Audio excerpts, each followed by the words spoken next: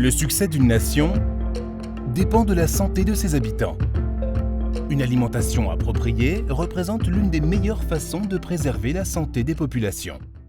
Pourtant, on estime que 800 millions de personnes dans le monde souffrent de malnutrition chronique. À l'échelle mondiale, la malnutrition contribue au décès de plus de 3 millions d'enfants chaque année, soit la moitié de tous les décès infantiles.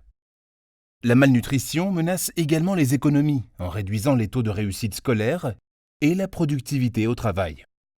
Des investissements adaptés permettant d'améliorer la nutrition peuvent changer la donne et entraîner une hausse du PIB de près de 11% chaque année en Asie et en Afrique. Il existe plusieurs façons d'améliorer la sécurité alimentaire. La planification familiale volontaire est une approche souvent négligée.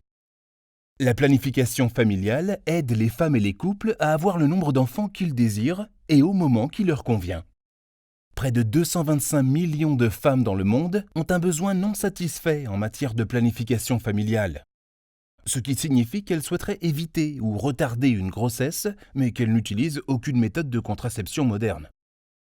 En conséquence, 4 grossesses sur 10 ne sont pas planifiées. La planification familiale aide non seulement les femmes à subvenir à leurs besoins, mais elle leur fournit également des avantages nutritionnels tout au long de leur vie. En s'intéressant d'abord au nouveau-né, on s'aperçoit que la santé alimentaire dépend largement du délai entre la naissance d'un nourrisson et la dernière grossesse de la mère. Les recommandations internationales les plus récentes recommandent d'attendre au moins 2 ans après un accouchement avant de tomber à nouveau enceinte.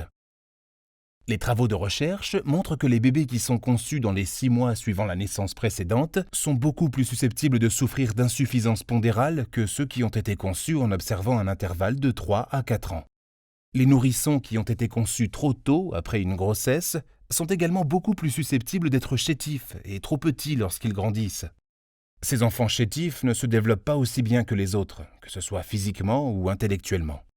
En revanche, des naissances bien espacées permettent au corps d'une mère de se reposer et de reconstituer les éléments nutritifs essentiels.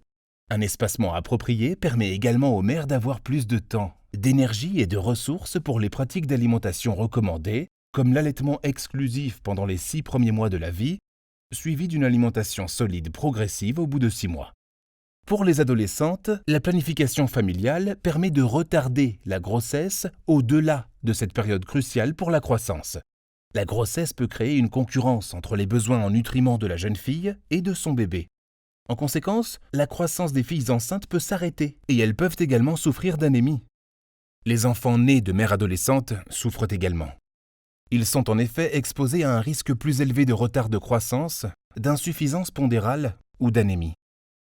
Une fois qu'ils sont prêts, les couples peuvent utiliser la planification familiale pour décider du nombre d'enfants qu'ils désirent et pour mieux investir des ressources limitées afin d'assurer une bonne nutrition pour leur famille. Grâce à la planification familiale volontaire, les citoyens peuvent bénéficier d'une meilleure sécurité alimentaire et rester bien nourris de l'enfance à l'âge adulte, permettant ainsi aux nations de bâtir un avenir meilleur et plus prospère.